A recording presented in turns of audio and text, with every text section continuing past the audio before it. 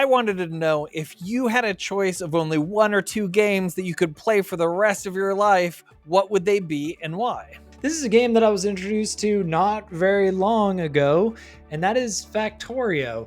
Now, the reason why I am picking this game is because offline it works very, very well. You're kind of running around a planet, mining or setting up these really intricate systems to get ore from one spot to another, and then take that refined material and you just kind of create this insanely intricate like chain system that is super addictive. There is so much in this game and there is so many minute details that you could master.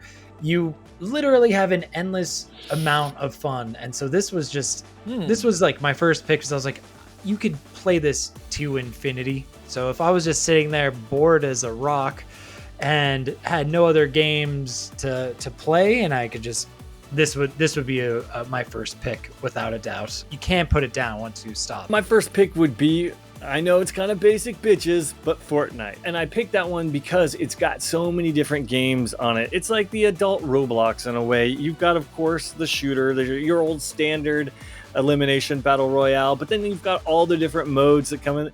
And unlike a lot of people, I actually like the save the world mode because it's kind of a tower defense mode and it's a little bit more chill than when you're getting all sweaty with your buddies in the battle royale. So there's a lot here. There's even fashion shows and there's like secret murder.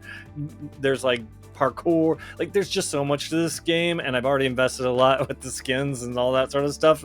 And it's got music too, so Travis Scott concerts. Exactly. I'll definitely be entertained on that desert island, and I'll be eating good. My first one should come as no shock to anyone, and it's Baldur's Gate 3. This game is absolutely incredible. We all know that by now. I want to talk about it specifically because I had just put 120 hours into my honor mode playthrough, and I saw so many things I had never seen before in that run. Honor mode is the one where if you die, it's permanent, right? If you die, it's permanent. Yes. So if your whole team dies, yeah, it's a permanent loss, and your game and you save. Sunk 120 hours into it.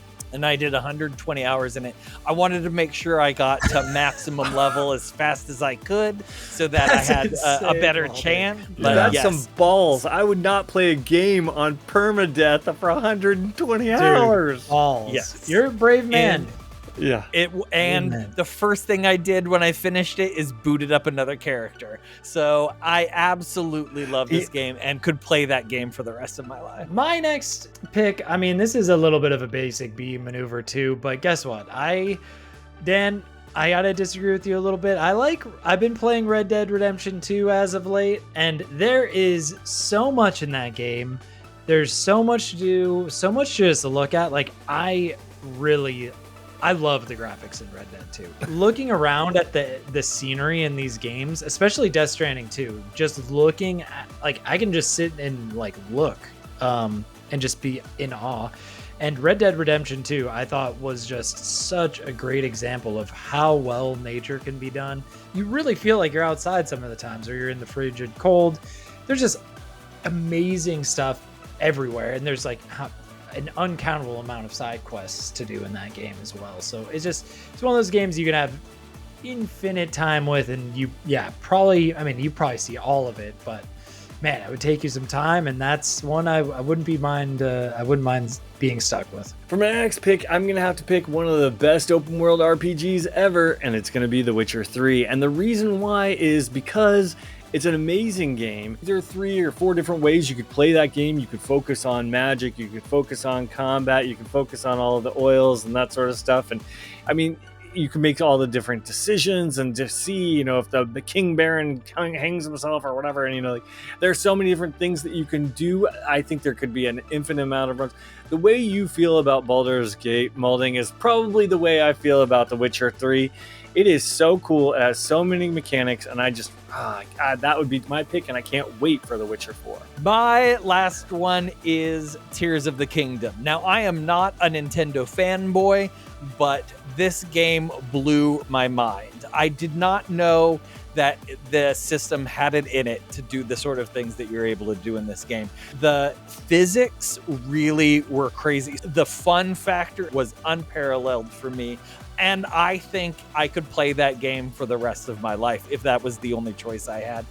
I think it was a genius move. Now, I know they did this in the first one, and I know that they did this for a reason, but that every blood moon that the enemies reset so that you're never clearing out an area completely. You can always come back and have those fights again, and I love that part of it. Pretty much everything about this game I love, and yes, I could play it for the rest of my life.